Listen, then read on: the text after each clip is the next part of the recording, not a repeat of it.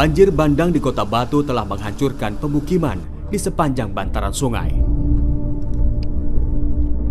Data BPBD Kota Batu mencatat, sebanyak 124 keluarga terdampak.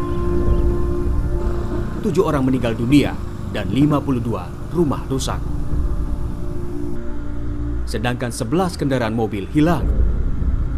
46 sepeda motor hanyut terbawa arus. Dan 128 hewan ternak dilaporkan hilang. Peristiwa di Kota Batu terjadi sebelum badai La Nina tiba, sehingga ancaman cuaca ekstrim masih ada di depan mata. Kami sesuai prediksi semakin menguat menjelang akhir tahun. Di November ini memang sudah meningkat menjadi moderat. Dan tentunya dampak dari La Nina ini meningkatkan curah hujan bulanan dan tentu hariannya pun akan meningkat. Nah, untuk curah hujan bulanan ini meningkat mencapai 20 hingga 70%. Dari analisis kami, selain La Nina juga faktor lokal, kondisi atmosfer lokal. Jadi istilahnya itu tidak hanya murni La Nina saja, tetapi juga faktor lokal juga berpengaruh. Demikian. Oleh karena itu intensitasnya bisa menguat seperti itu. Dampak menjadi bencana itu juga dipengaruhi oleh kondisi lahannya. Apakah daya dukung lahannya masih sanggup untuk menampung, meresapkan curah hujan yang meningkat atau sudah tidak mampu lagi.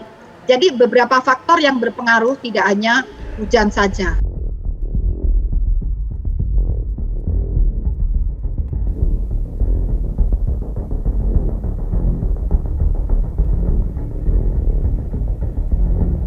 Hari ini saya akan menemui Wali Kota Batu Dewanti Rumpoko untuk mengetahui rencana pemerintah Kota Batu pasca banjir bandang.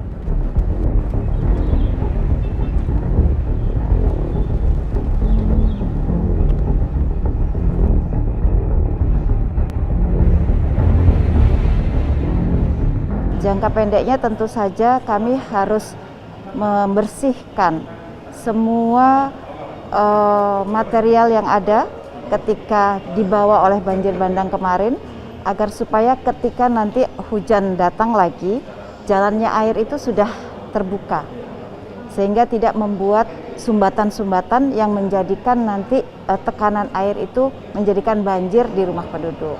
Kami akan merelokasi warga-warga yang berada di bantaran sungai untuk tidak boleh tinggal di bantaran sungai tersebut. Kemudian ini jangka pendeknya lagi, ketika hujan lebat itu diminta penduduk yang berada di sepanjang bantaran sungai itu untuk dievakuasi ke tempat yang aman, sehingga ketika toh ada terjadi hal-hal seperti kemarin itu tidak ada korban lagi.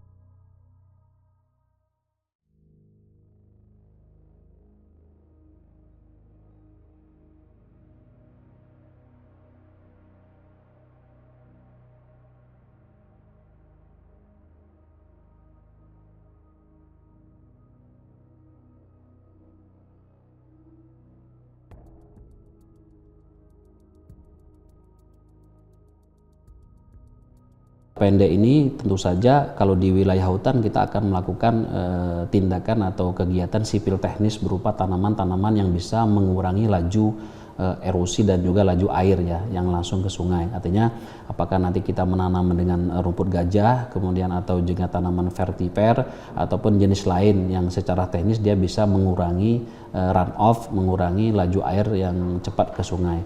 Kemudian yang kedua, tentu saja mungkin kita perlu mensosialisasikan kepada masyarakat penggarap tadi yang hampir sekitar, kalau 2.000 hektar biasanya 1 hektar itu ada 4 orang, berarti ada sekitar 8.000 penggarap di dalam kawasan hutan yang perlu kita informasikan bahwa kita akan melakukan penanaman pohon di situ untuk jangka panjangnya. Kita berharap masyarakat bisa melakukan alih komoditi, jadi tidak hanya tanaman pertanian yang semusim tetapi juga tanaman perkebunan, misalnya apakah ditanamin kopi, kemudian atau ditanamin jeruk yang sekarang mungkin cocok di situ dan secara ekonomi juga masyarakat bisa mengambil manfaatnya.